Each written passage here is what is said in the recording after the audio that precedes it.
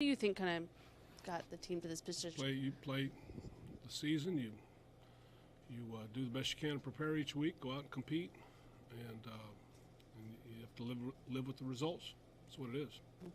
And from a coaching perspective, what do you look for in this last game? I mean, no playoffs on the line right now, but what do you look for from players that you're evaluating? Same thing we always look for, really. I mean, that's obvious. There are lofty goals.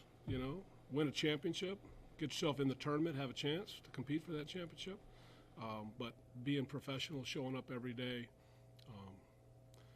being strong, doing the right thing for your teammates, for your team, looking to compete.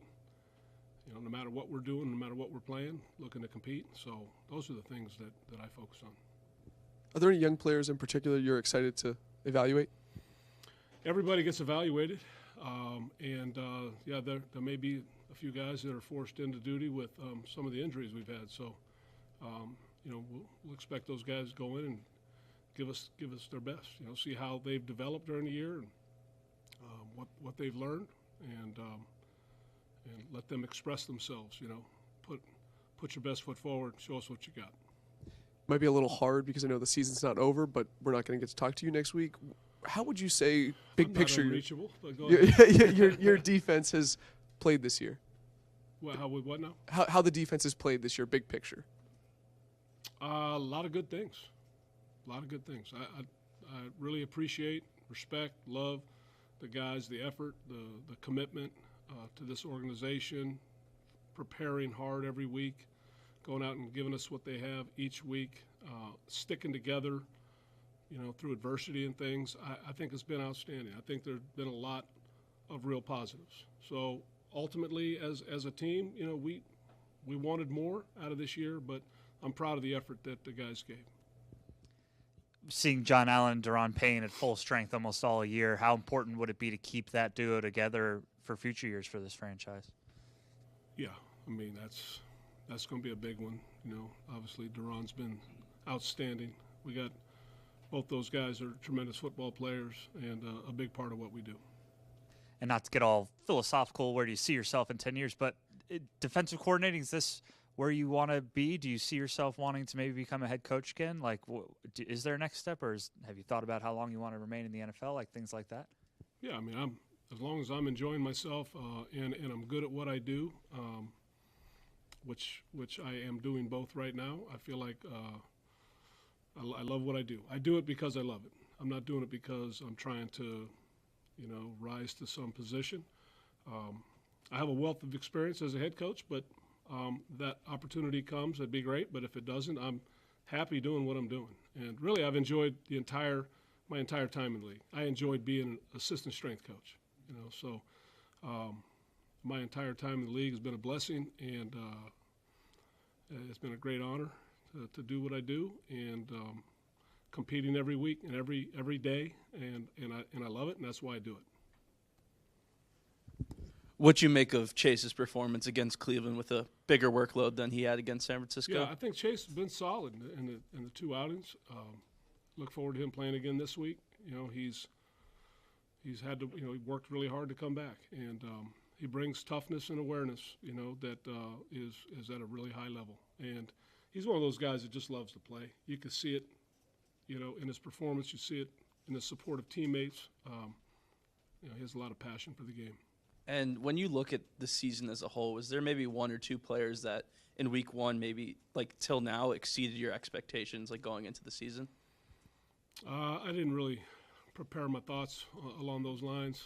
I'm really, honestly, it's been 1 week at a time. Who's the next opponent? What do we need to stop? Who the playmakers? What do they like to do? Those types of things.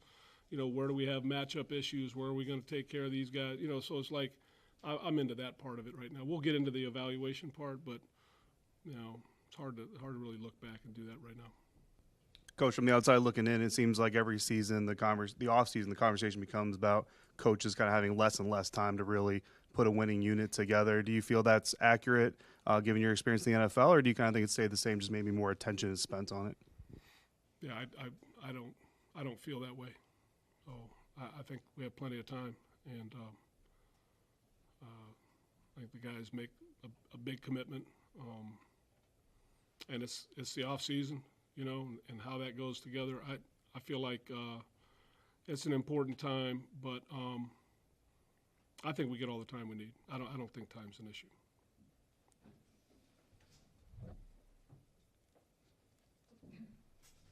Well, like you said, you've been in this league a long time. You know how this works. I mean, there's been 3 years here where the results haven't been what everybody wants to the degree that you'd want them. There's also uncertainty with ownership and all that. Is this a weird time for you guys as staff? Do you worry or wonder about the future for you guys? I'm not a worrier. So, I'm a guy that brings the best I can each day, enjoys the moment. So I don't look at it that way. This is a time of year that can be, the other part, which is not the best part, but I enjoy competing and working and doing the best I can to help the organization I'm with, and that's how I look at it. And then I'm back on the field. Cam Curl, his absence, how big an absence when he's not on there? What do you miss, and what's the trickle-down effect of him not being out there? Yeah, I mean, Cam's a real good player, and he does multiple things. So, he can play like a linebacker, he can play like a nickel, he can play like a safety, he can play. So he plays a lot of different spots for us, and he's really intelligent. So I think he has a calming effect on the rest of the guys. But our approach is never to make excuses about not having guys. It's just to prepare our guys and go out and do the best we can to compete and give our football team a chance to win. And when he's not able to go, we plug in the next guys, and sometimes it's a rotation of guys for a guy like him because he does multiple things. Jack, in the beginning of the year, we asked you a lot about Jamin. He was off to a slow start. You and Ron shared some of your thoughts and conversations with him.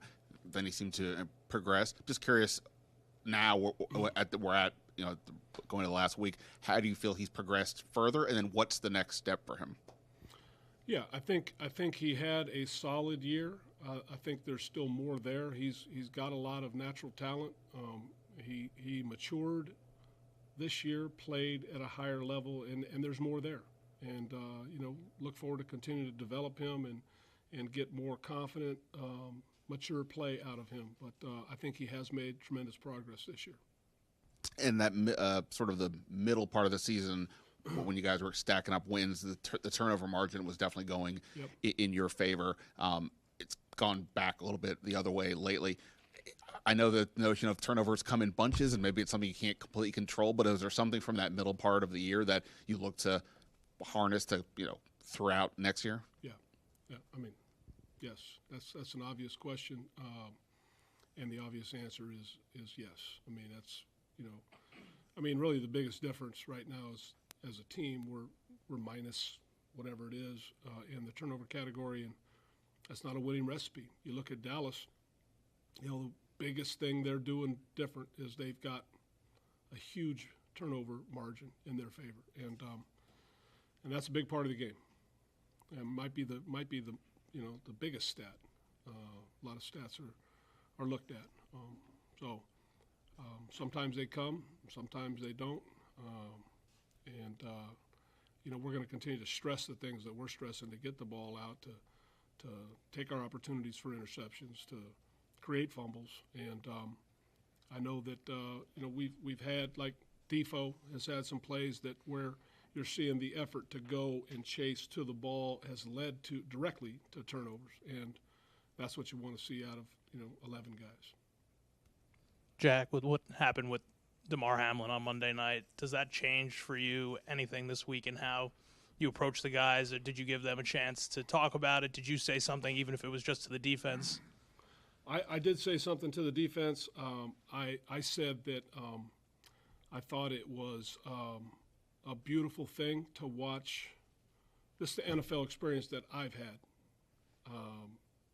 Men of different backgrounds, different races, different religions, all that stuff. It seems to be recently a lot of emphasis on separating us, and I saw everybody coming together and everybody offering support, everybody showing love and respect for each other.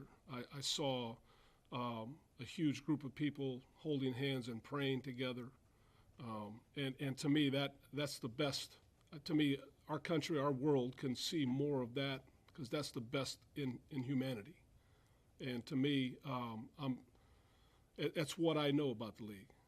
And so when I hear about other things, I'm not saying there aren't some things that can be done better, made better, but that's what I know.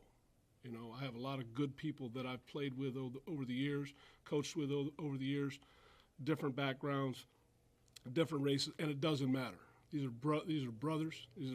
It's a brotherhood. These are people that I love and respect, and so that's what I took out of it. Now, obviously, praying for the young man, and I've heard good news, and continuing to hear good news, so that's great, and we'll continue to pray and support him and his family. Thank you, Coach. All right, appreciate it. Thank you, guys.